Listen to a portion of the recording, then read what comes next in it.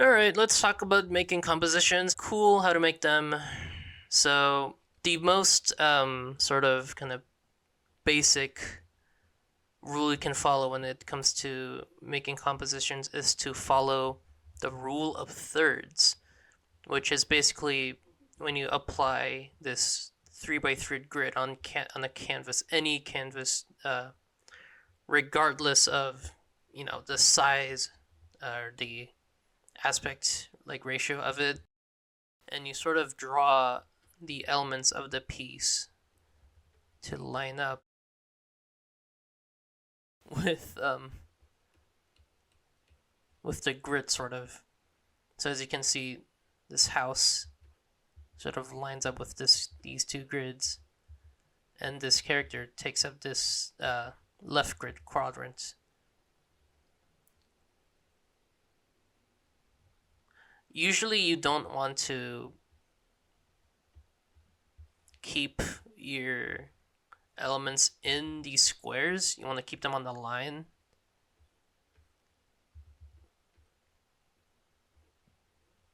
Just because it sort of makes for a ever so slightly dissatisfying piece. Like here, if I were to copy this.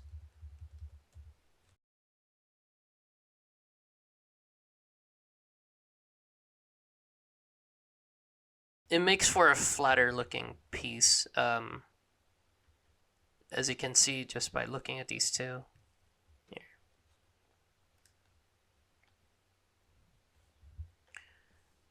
This one encases the character in the house much more nicely. There's an appropriate amount of room that helps the character kind of stand out. Meanwhile, in this one, he's a little too shoved all the way into the left, and just kind of makes the piece feel more flat. And there's nothing wrong with that if that's what you want to go for, but it's a choice you should make consciously and not as a mistake, because it can have unintended side effects if you do it without knowing. But if it's a rule you're trying to bend to try new stuff out, then there's nothing wrong with that.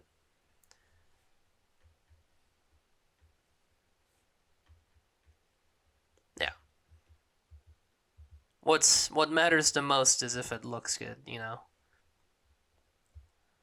Oh, sun here.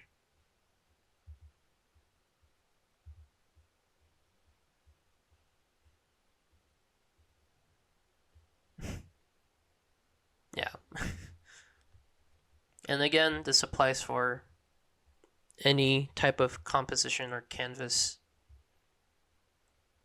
Let's say I don't know, maybe this is like a character taking a selfie.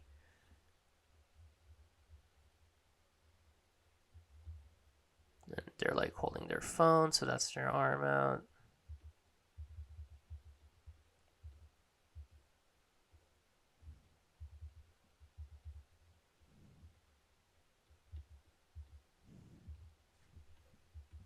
Maybe they're like me,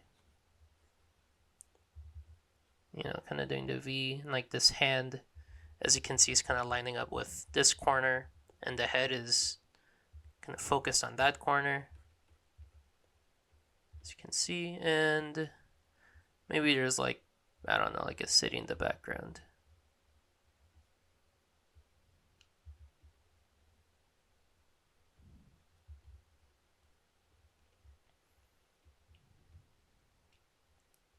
As you can see,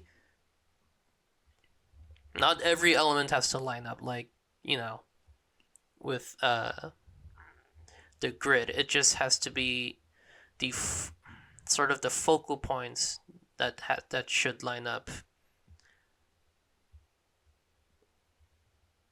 And even just following them just very lightly like this really helps make the composition get even be very strong. And for this horizontal canvas, maybe we can, I don't know, do a little landscape. Maybe there's some mountains here. And they're kind of you kind of focus up into this point, the mountains, and kind of die down here. Maybe there's like a forest here. And there could be just like a lake.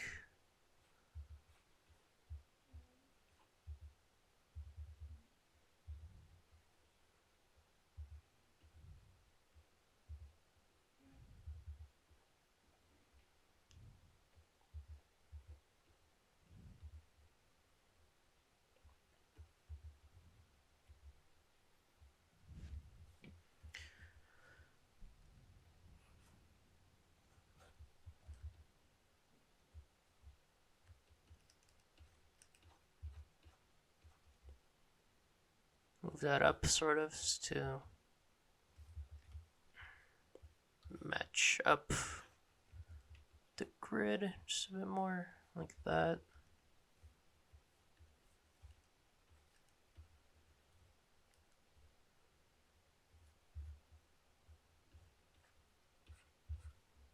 And maybe there's a cabin here, right?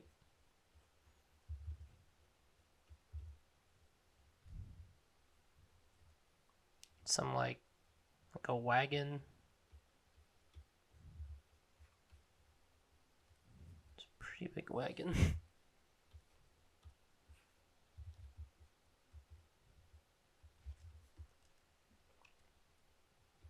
Some light foliage.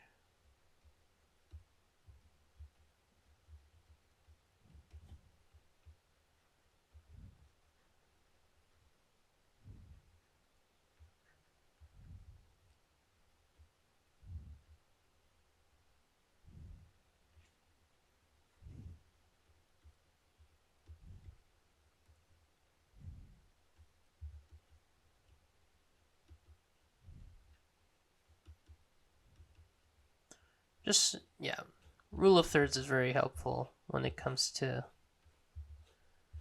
just sort of making a guideline for your composition like this.